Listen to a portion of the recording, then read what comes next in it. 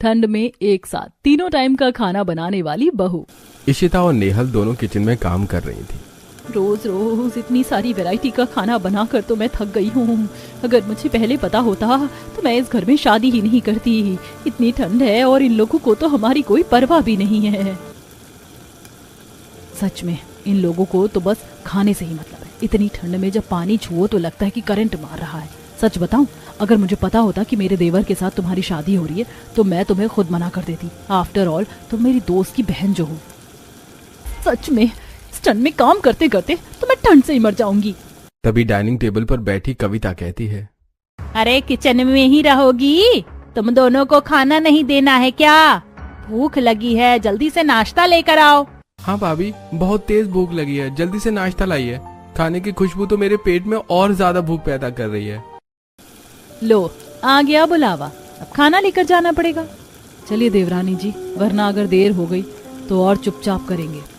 फिर इशिता और Nehal dining table पर नाश्ता सर्व करती हैं और सभी लोग नाश्ता करते हैं।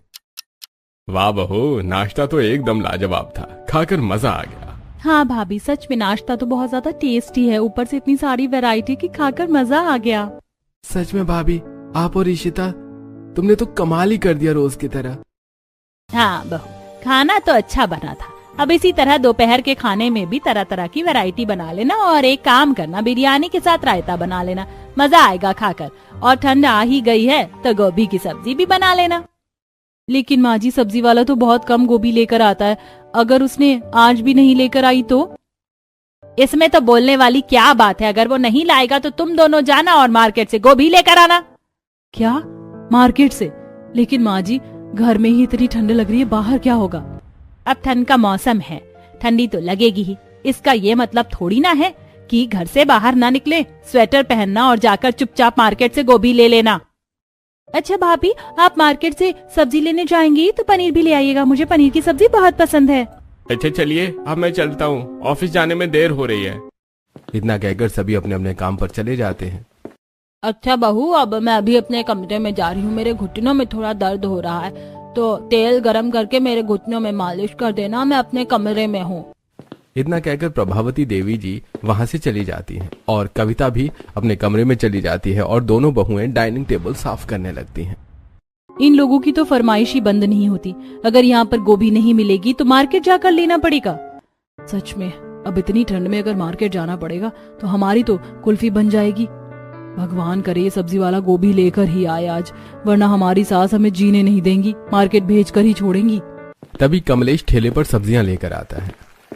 सब्जी ले लो, सब्जी, ताजी ताजी सब्जी, हरी और सस्ती सब्जी ले लो, सब्जी। ये देखिए आ गया सब्जी वाला, जल्दी चलिए वरना चला भी जाएगा। इशिता की बात सुनकर इशिता और नेहल तुरंत सब्जी लेने पहुंचते हैं, जहां पहले से ही सभी औरतें सब्जियां ले रही थी। बताइए मैडम, क्या दूं? साग दूं या छीमी? नहीं, इनमें से कुछ भी नहीं चाहिए, हमें तो गोभी चाहिए। गोभी है आपके पास? अरे मैडम, आप तो जानती ही हैं, मैं गोभी नहीं लाता, कोई और सब्जी ले लीजिए, इतनी सारी सब्जी तो है मेरे पास। नहीं नहीं भैया, हमें तो गोभी ही लेना होगा। कोई बात नहीं, अगली बार आपसे सब्जी ले लेंगे, अभी तो हम मार्केट जा रहे हैं। क्या इतनी ठंड में भी मार्केट? अरे बहू, यहीं से सब्जी ले लो, मार्केट जाओगी तो बर्फ का गोला बन जाओगी। ये चीज अगर मेरी सास समझे तब तो। उन्हें लगता है कि हम इंसान नहीं जानवर हैं जिसे ठंड नहीं लगती, लेकिन जानवर को भी तो ठंड लगती है। अरे क्या हुआ बहू, कहाँ खो गई? ले लो यहीं से कोई दूसरी सब्जी। नहीं नहीं आंटी जी, हमें तो मार्केट जाना ही पड़ेगा, अगर गोभी नहीं बनाई तो माँ जी हमें छोड़ेंगी नहीं। इतना कहकर नेहल और इशिता दोनों मार्केट चली जाती हैं। सच में इनकी सास बेचारियों से कितना काम करवाती है, ठंड में भी दया नहीं देती। अरे अब बहू है तो काम तो करेंगी ही, मेरी बहू को तो देख लो कितना काम करती है। अरे हाँ हाँ, आपकी बहू तो है ही अच्छी, लेकिन फिर भी लोगों के घर में सुबह शाम तीनों टाइम अलग अलग तरह के कितने सारे पकवान बनते हैं, और इनकी सास ने जो कह दिया वही चीज इन दोनों बहुओं ने नहीं बनाई तो छोड़ती नहीं है इनकी सास। इसी तरह खड़े होकर सभी पड़ोसन बातें कर रही थी और वहीं दूसरी तरफ इशिता और नेहल मार्केट से गोभी लेकर लौटने लगती है। इन्हें तो हम पर बिल्कुल भी तरस नहीं आता, मार्केट से सब्जी लाने के चक्कर में तो कुल्फी जम गई हमारी। सच में ये बात हमारी सास को समझ में आए तब तो।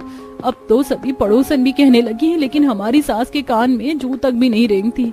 अरे इतना ही नहीं, अभी तो पनीर भी लेना है, फिर घर जाकर ठंडे ठंडे पानी से खाना भी बनाना है। इस ठंड में तो हम पागल हो जाएंगे।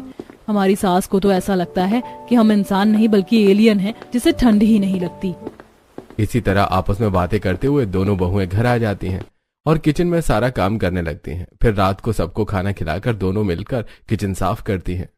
सच में अब तो किचन साफ करने में भी मौत आ रही है। पानी इतना ठंडा है कि कपड़ा डुबाओ, किचन धोने के लिए तो हाथ कपकपाने लगते हैं। हाथ कपकपा जाते हैं। मैं तो जब पानी को छूती हूँ तो ऐसा लगता है कि करंट मार रहा है। सुबह में तो जैसे तैसे इस ठंड में काम कर लेते हैं, लेकिन रात में तो पानी को हाथ भी नहीं लगाया जाता। सच में रात को खाना बनाना कितना मुश्किल होता है। 3 टाइम का अलग अलग 3 बार खाना बनाओ। मैं तो परेशान हो गई हूँ। फिर सोने में भी देर हो जाती है और ठंड तो है ही। इसी तरह एक दूसरे से ठंड के बारे में बातें करते हुए कांपते कांपते दोनों बहुएं किचन साफ करती हैं और अपने अपने कमरे में जाकर सो जाती हैं। अब इसी तरह दिन बीतते हैं और दोनों सबके लिए तरह तरह का खाना बनाकर परेशान हो जाती हैं। फिर एक दिन कमरे में अब जाकर सुबह से फुर्सत मिली है, दोपहर के 3 बजे थोड़ा आराम करने को। कैसा आराम करने का टाइम, अभी अभी खाना बना कर आए और 10-15 मिनट में फिर नीचे से बुलावा आ जाएगा रात का खाना बनाने के लिए।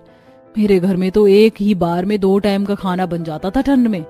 हाँ ये भी है, लेकिन एक सेकंड, हम लोग ऐसा क्यों नहीं करते?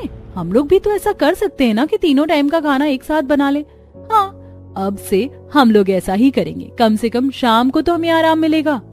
लेकिन अगर सब लोग गुस्सा करने लगे तो? अरे कोई गुस्सा नहीं करेगा, और फिर हम 3 टाइम का खाना साथ में बनाएंगे। इससे लोगों को क्या प्रॉब्लम, उन्हें तो खाना खाने मिलेगा ही ना। हाँ ये भी बात है, लेकिन हम लोग बनाएंगे कैसे? हमारे पास तो एक ही गैस है। आप चिंता मत कीजिए, मैं इलेक्ट्रिक गैस मंगवा लूंगी और हम दोनों मिलकर उस पर जल्दी जल्दी 3 टाइम का खाना साथ में बना लेंगे, जिससे हमें दोपहर और शाम को थोड़ा आराम करने का समय मिल जाए। इसकी वजह से हम ठंड से भी बच जाए।